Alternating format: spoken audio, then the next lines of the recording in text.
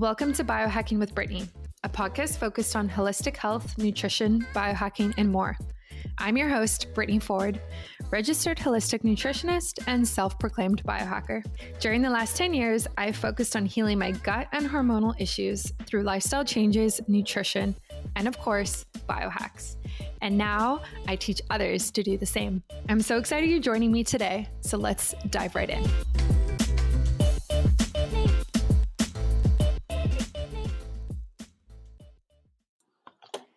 Awesome. So I'm so excited about today. I have a new guest on with me. Her name is Clare Williamson.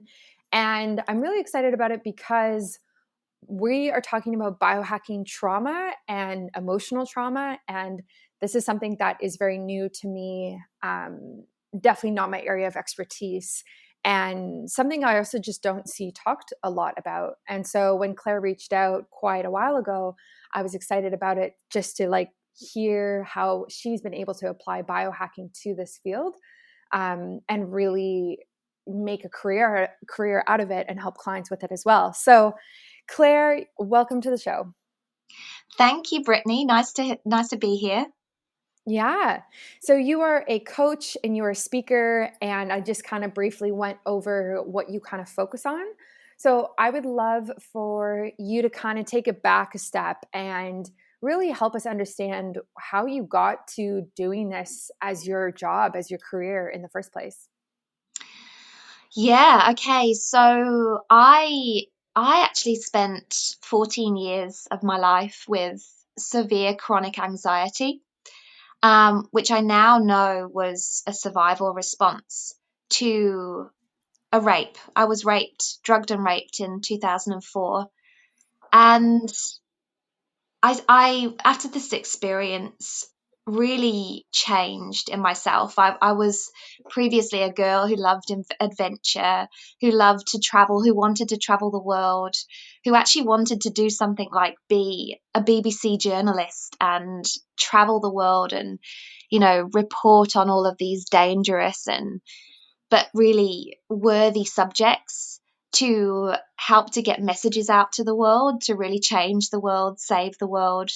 But after I was raped, I really withdrew, and I actually chose a career path that was very safe. I chose a relationship that was very safe, and I became very, very unhappy to the point where in 2009, I actually had a full-on breakdown. Lost my job, became agoraphobic. I didn't leave the house. What was positive from that was that I made a decision with my then boyfriend, who is a Kiwi from New Zealand, to move over here to New Zealand and to start a new life. And that really was the start of me coming full circle back to myself, actually discovering what I actually wanted to do with my life. And in a really strange sequence of events, I was made redundant when I was 6 months pregnant with my second daughter. And although I was much better with the anxiety, and I was much better in myself, I was still unfulfilled and unhappy. And at first, when I was made redundant, I actually was really scared because I'd lost all my maternity leave. I had another daughter. We had a house that was paid for by 2 salaries. So I kind of retreated under my duvet, and I just was scared and wasn't sure what we were going to do.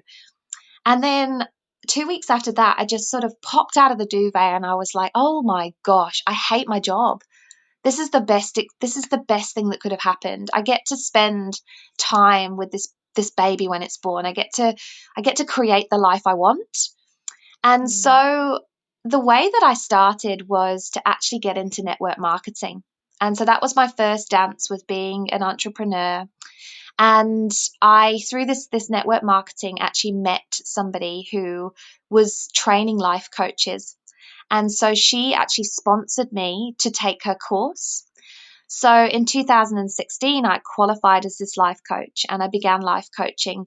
But neither my life coaching or my network marketing business were going very well. And so a year later, when we were in quite a lot of financial strife, we were actually down on our knees, really in terrible strife. Actually, I'm under I'm undervaluing how bad it was. Mm. Um, and it was the week that I'd actually had to go to a food bank to get some food for my children. I actually met another lady, and another network marketing opportunity came in front of me. And this time it was working with a technology that measures all of your biometrics and basically gives you insight into yourself. And so I was really intrigued by this, right? Because I knew that my body was in this survival response. I knew that this anxiety was taking over my life, but I really didn't know what the triggers to that were. I knew that it all linked back to being raped, but why was that causing me to be anxious in everyday life? Why would I have a panic attack walking through a tunnel or going into the supermarket? And this anxiety was just such a debilitating thing as a mum. And it was debilitating me in my business as well. I knew it. I couldn't get out in front of people. I couldn't speak. I had no voice. And so I started wearing this technology, and I started to become really, really, really aware of the triggers that were causing my nervous system to go into fight or flight, or mainly fight and then flight, and then completely withdraw into, um, the parasympathetic nervous system, completely shut down, completely hide. And this enabled me to start making certain changes in my lifestyle. So I would pick and choose how I spent my time. And I started to see my nervous system response change. I started to feel calmer. I realized that what I was doing was biohacking on a physical level, biohacking the nervous system. And I became fascinated with the stress response. I started to follow a guy called Stephen Porges, who taught me about the nervous system ladder, how at the top of the ladder, we're in a safe place. The mind is completely calm. And then something triggers us to fall down the ladder into the sympathetic nervous system, and then fall down again into this withdrawal, where for rape victims, it is that your body actually feels like it's safer to play dead than to fight. And I saw how I was doing this in my everyday life. The kids would suddenly start screaming, and that would fire something, some sort of protection in my body for me to then fight. And then I'd try to fight, I'd try to gather the kids, try to get them to quieten down, and nothing was working. And I'd feel myself withdraw, and I'd almost be, you know, sort of hiding from my own children and unable to fight. Does that make sense? It was this crazy nervous system response that I began to hack. And this began the biohacking journey of, biohacking the food that I ate, biohacking my sleep, which is why I was fascinated with you and just so happy to find your podcast and your Facebook page and everything else. Um, but in through this journey, as I started to, I guess, really get insight into myself, I became fascinated with my whole life story. And I actually started to write. I started to write about my childhood. I started to write about the rape. And all of these words came together in a book. And what I realized I was doing was biohacking my emotions, because as I wrote the book, I started to feel differently about everything that had gone before, because I could see it from a different perspective. So every single experience that I'd been through, as I went back to it, I started to see it from the eyes of an adult. I started to see different things. I started to feel different things. And those different feelings enabled different actions in my now. I started to feel like I could instead of I couldn't. I started to not feel as afraid, as I started to understand things in a different way. And what I realized I was doing was emotional biohacking. And I really wanted to bring that through into the coaching that I was then starting to build.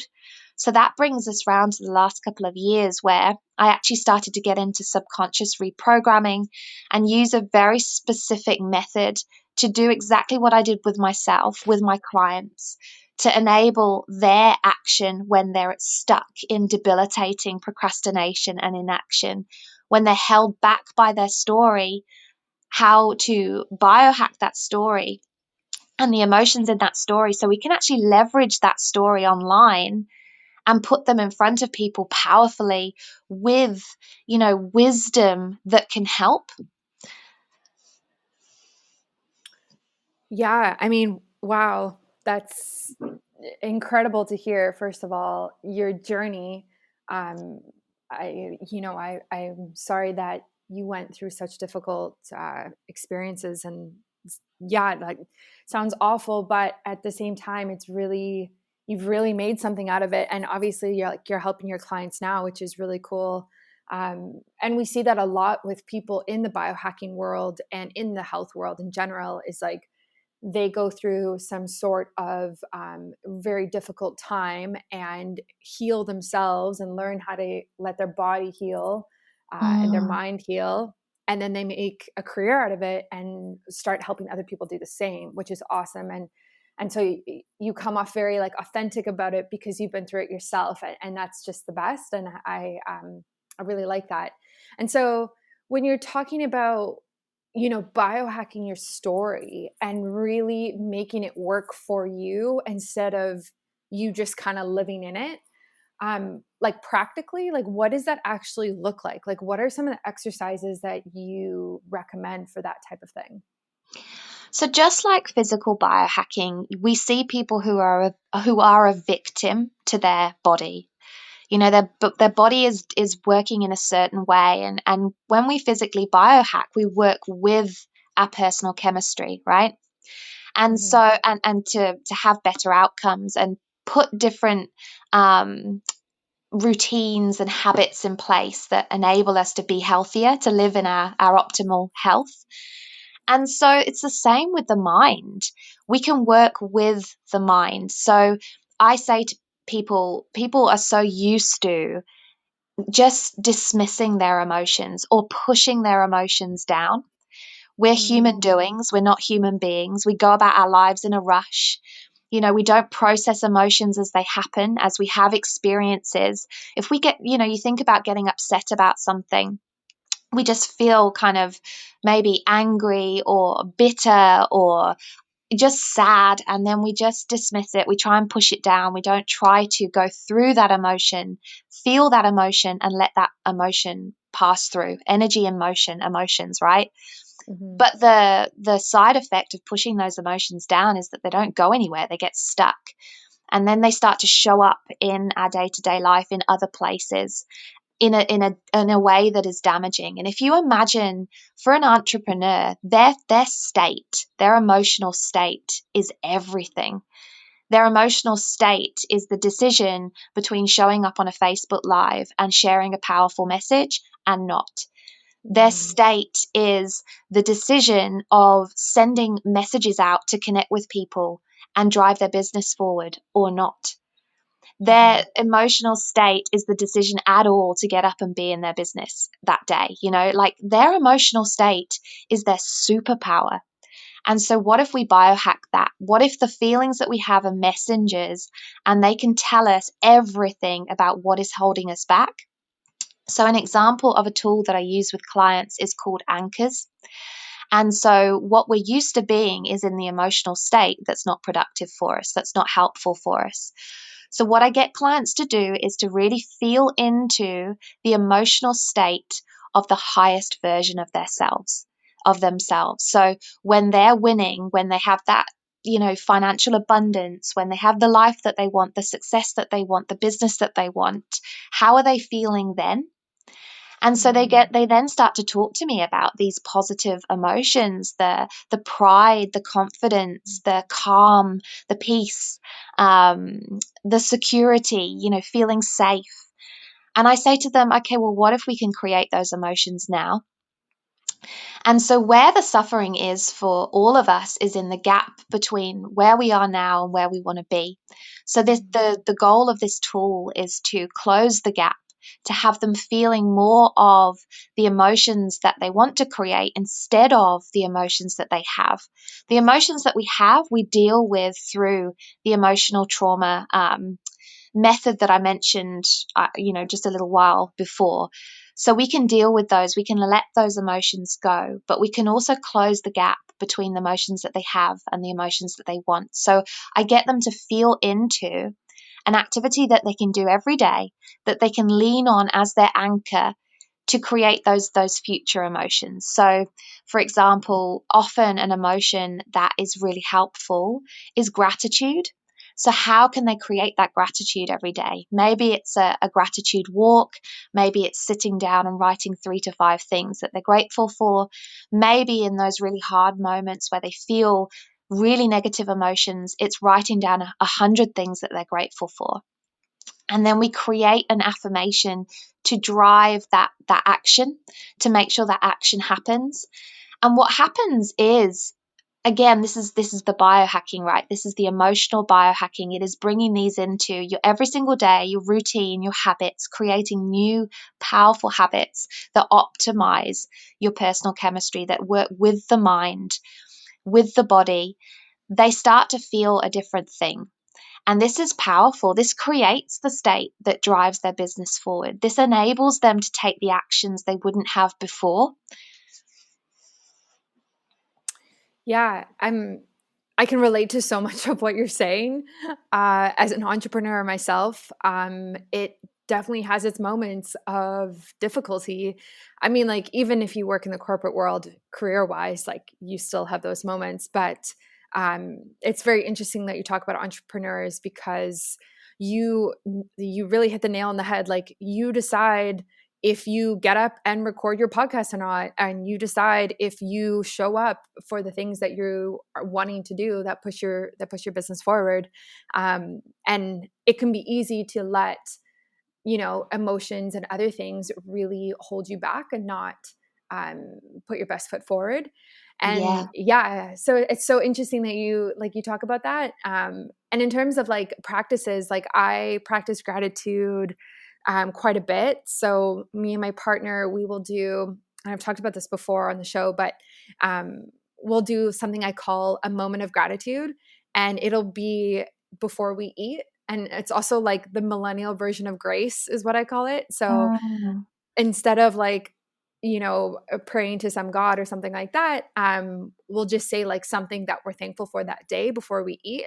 And it's just really helpful to pause before just like scarfing down a meal and just really be present.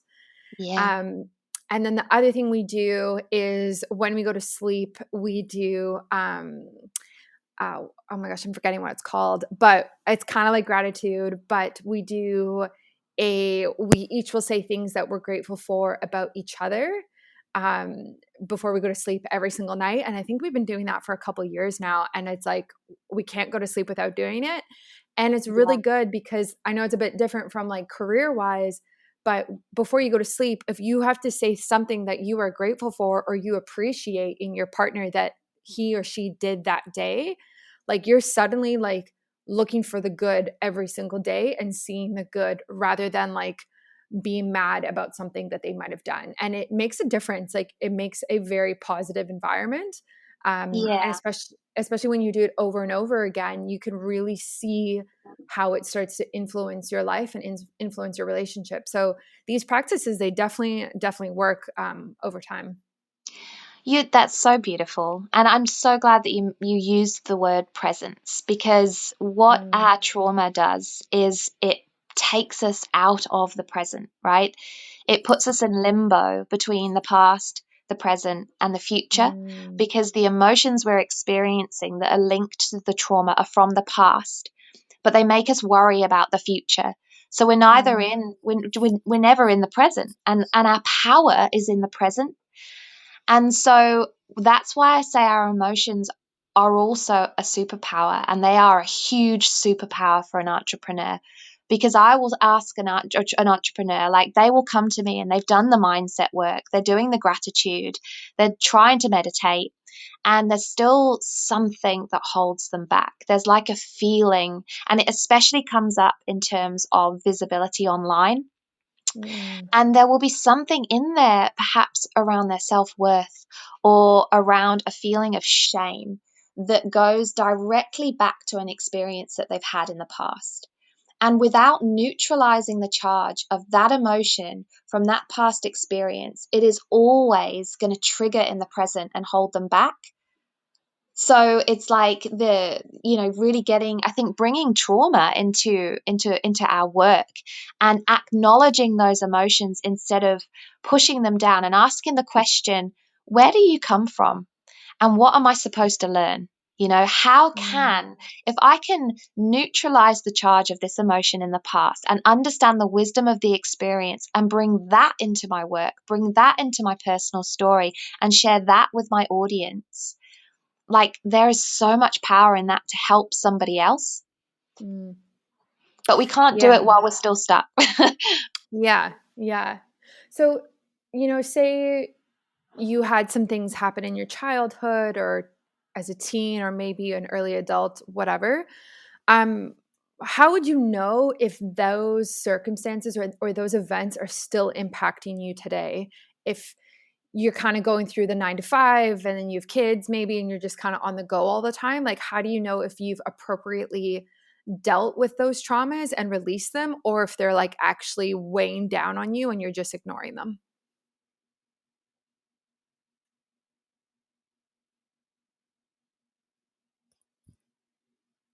Claire, can you hear me? Yep, sorry, my phone went to sleep. Yeah, That's so I okay. always I always ask people, are you your highest version? Are you experiencing the success that you want? Do you have the house that you want to live in, the car that you want to drive, the relationship that you want to have? Like, that full on abundance, is that yours yet?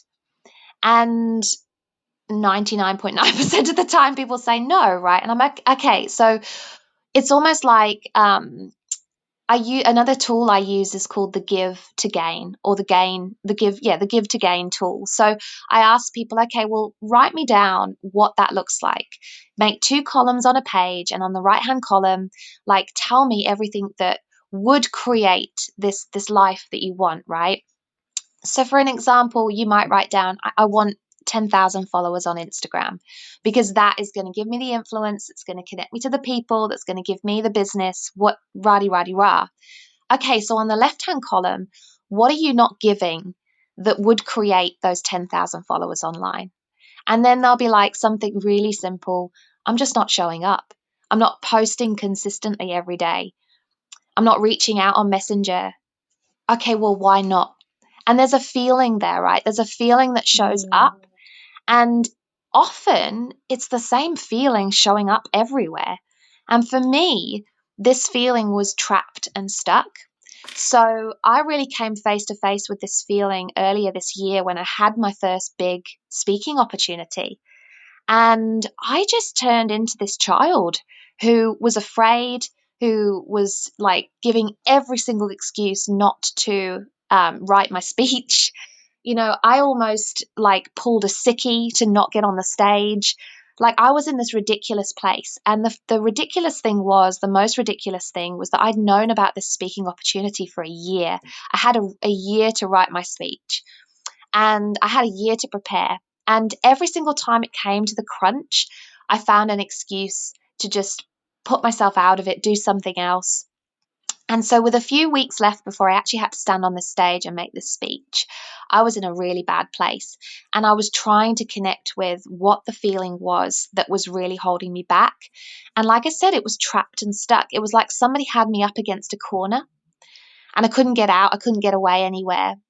And so I really dug into this feeling, and all of a sudden, this memory came up of being stuck behind a door with my mum on the other side of the door, yelling at me, screaming at me. And I felt like she was going to come in. I felt like she was going to hurt me. I felt trapped and stuck.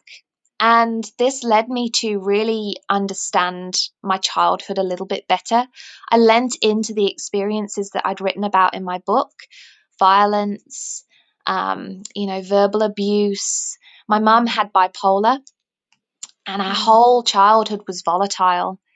I never really knew how to be. I never knew how to show up. I could show up in the same way 3 times and get a different reaction. Um, I saw my world through my mum's eyes. So she was always powerless to situations. Life was hard, life was scary, life sucked, life was a bag of shit, and you couldn't do anything about it. And I felt that powerlessness as a child. And I realized as I went to stand on that stage that that trapped and stuck feeling was my own powerlessness. That this feeling of powerlessness from childhood was showing up in terms of a scarcity mindset. I felt powerless in terms of my own abundance. I felt powerless when it came to, things like COVID-19, and Mm. that was still coming up. So my final steps into my highest version yet was connecting with that feeling, that powerlessness. I felt like I'd healed from the rape, but there was still something there, and again it was powerlessness. And so in February this year I actually started my deepest healing yet, and that was into the traumas that I'd had as a child. And for some weird reason I hadn't gone into trauma healing because I'd sort of thought that the rape was the reason for everything that I felt, and it wasn't. There are so Mm. many layers of our trauma, and there are so many things that even for people who had relatively good childhoods, there's still things there that made them feel, shame, or made them Mm. feel humiliated, or made them feel embarrassed, who made them feel stupid. Like I remember a childhood memory that made me feel not smart. And that comes up in the present, but I'm aware of it now, and I've done the work to change the emotion, to be able to just brush the emotion away and step into the truth. I am smart. I don't have anything to be ashamed about. We can only feel shame when we feel like there's something to be ashamed about. So what if we change those beliefs? And ultimately, that is what the emotional biohacking is doing. It is Mm. creating a whole new belief system, one that serves you. But the only way that we create those new beliefs and install those new beliefs is to believe those things every day. So again, it's the Mm. biohacking, it's the daily habits, the daily routines, and it is taking something like affirmations that everybody uses, but they just Google them or they just grab one from Louise Hay. What if we find the right affirmation to change the belief system that is broken in you, that upgrades that programming? If you think of your brain like a great big supercomputer, and all the way through your life, you've been going through these experiences, picking up these meanings and beliefs and storing them away against the memories. What if your whole programming just needs an upgrade? And we Mm. upgrade those programmings by thinking the new thoughts every single day. So if we find the experience that marked us, that scarred us, and we change the emotion, and we create the new declaration, the new truth, the new programming, and we use that every single day in those feelings that do hold us back. The minute we feel that sinking feeling, that pit of the stomach feeling, for me, that trapped or stuck feeling, what if I use an affirmation, a reminder of my truth? And that is how we shift into powerful action. That is how we become the highest version of ourselves. Our vision of this perfect life, this abundant life, this happy life is just an evolved version of ourselves that we can actually embody in our now, right? Through our mind. So we turn our mind, the thing that blocks us the most, into our secret source, our biggest, the best hidden secret yet. And we just optimize that, and we use that to our advantage. We use our superpower. That's awesome. I love that. Yeah, I just love everything that you just said. And your exercise, I actually wrote it down. The like, what do you want, and what do you need to get or give to get there, and why aren't you doing it, and Yeah. what's the feeling associated with it? I actually just wrote that down, and I'm going to do that after this because I think that is a very interesting exercise, and I'm very curious to see what comes up for me. But yeah, I mean, affirmations are so powerful. Like I have a physical like agenda and planner that I write in every day. And a long time ago, probably a year ago, I started writing. Um, there's like different sections of it, but I just started writing things that I was grateful for about myself. And so I was really working on like self love. And it would have to be something new every day. And now I've just recently switched, probably in the last month, to writing different affirmations and wording it very carefully. So instead of writing like, I am very smart, you write like, I believe I am very smart. And so I always start them Mm. with, I believe, because I'm really trying to change my beliefs about myself. And it's difficult because, like you said, you're kind of working against years of thoughts and experiences Yeah. that might say otherwise. So you really do have to be like writing these every day and teaching yourself to believe these things that of the person that you want to be. Yeah. And it's deep work, and but I mean that's how you level up, right? And biohacking is all about leveling up, and so um, I think you got to do the work to get the results for this. Yeah, and I would really encourage anybody to really understand, like, if it is, I believe I am smart, like, what was the experience that told you that you weren't? Mm. Maybe it was, I know for me, it was just this silly memory of being asked to get up in front of the class and do a long division. And I really am not, Mm. like, I've never had that mind. I'm very creative. I hate numbers. But as a child, I must have been like 7 or something because I went to this stupidly, smart school, private school in the UK, and getting asked to get up and do something that was really hard. And I just couldn't do it. And the teacher mocked me, humiliated me. Kids laughed, back in their chairs, and I just felt so stupid. And I actually did what I use is the E4 method for trauma release. And I use that method to go back into that memory and to really understand it in a different way. And to go back into the subconscious where we laid the command down in the first place, I'm not smart, and to lay down a new command of I am smart, and to believe it right there in the subconscious where it happened. Because what happens is, like I see this a lot with money affirmations, and they will Mm. say something like, money flows easily to me. Yeah. And then the subconscious just goes, yeah, right. Like, Yeah. look around you, love, you completely broke.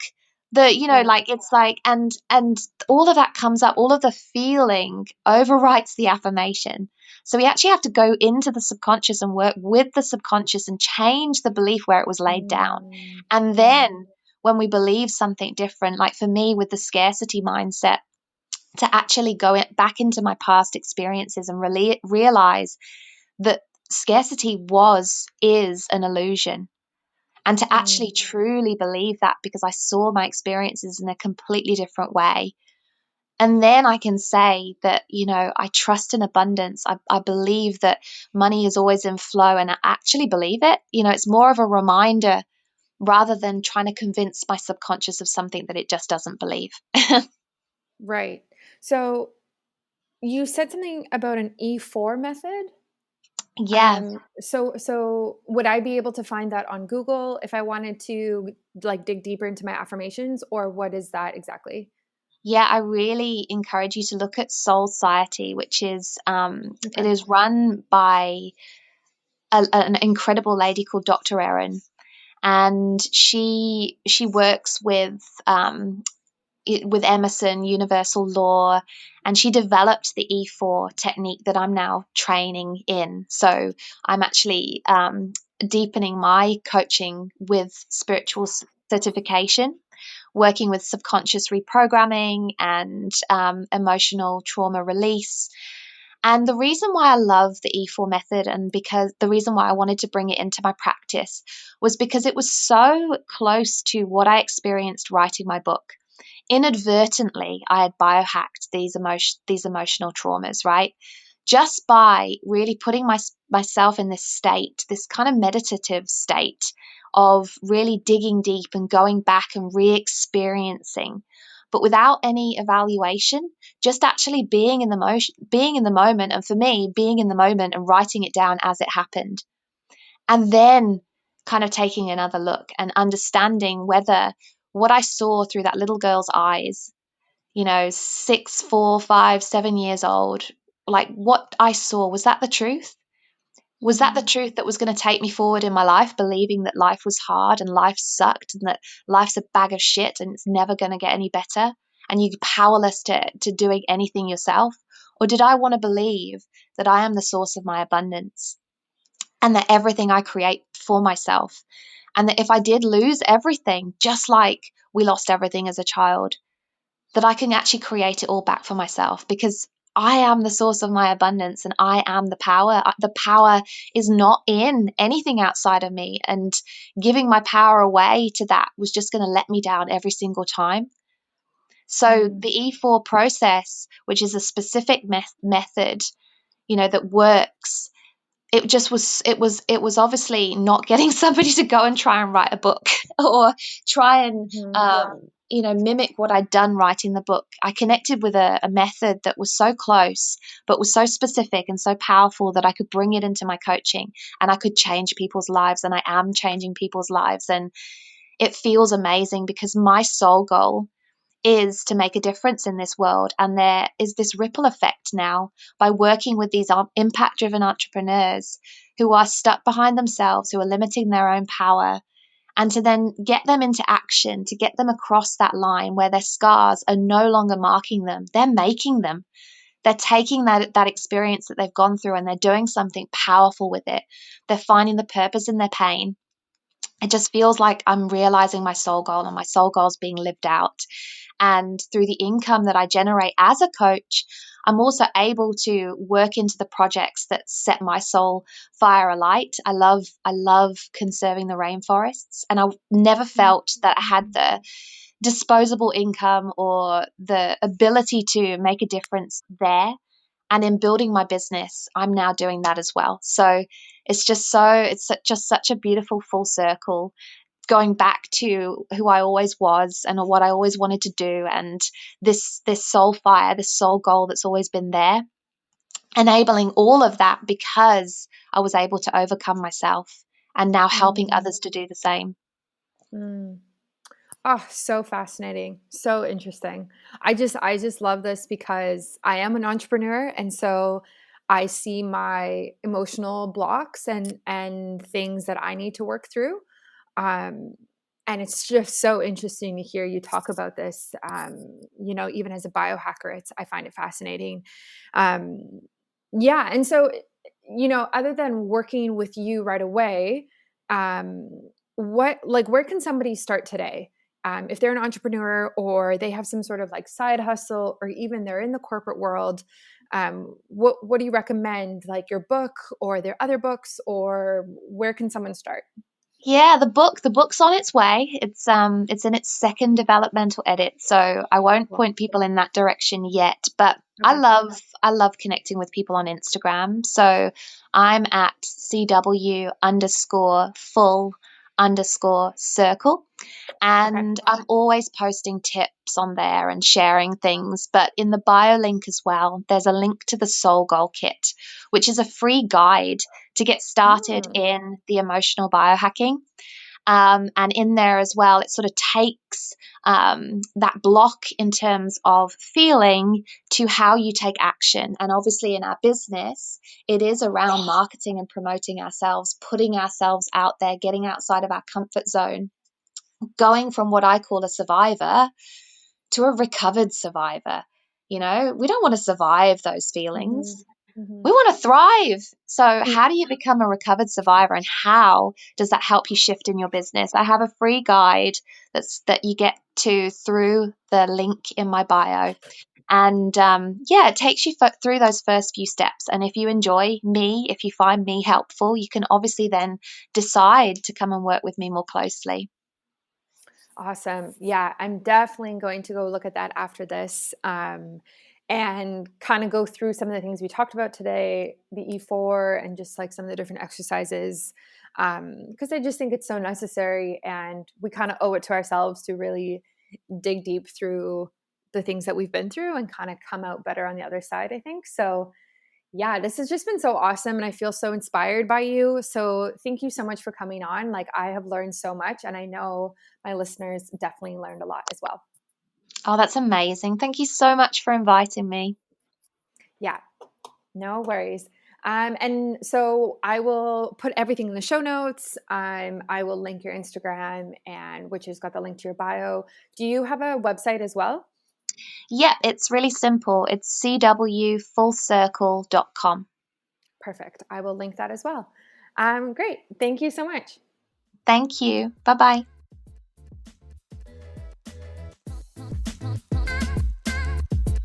Thank you so much for tuning in today. As always, feel free to screenshot this episode and tag me if you'd like me to respond. I really hope you enjoyed it and learned something new. If you have a question about your health, my DMs are always open and I'm currently taking new clients. Thanks and see you next time.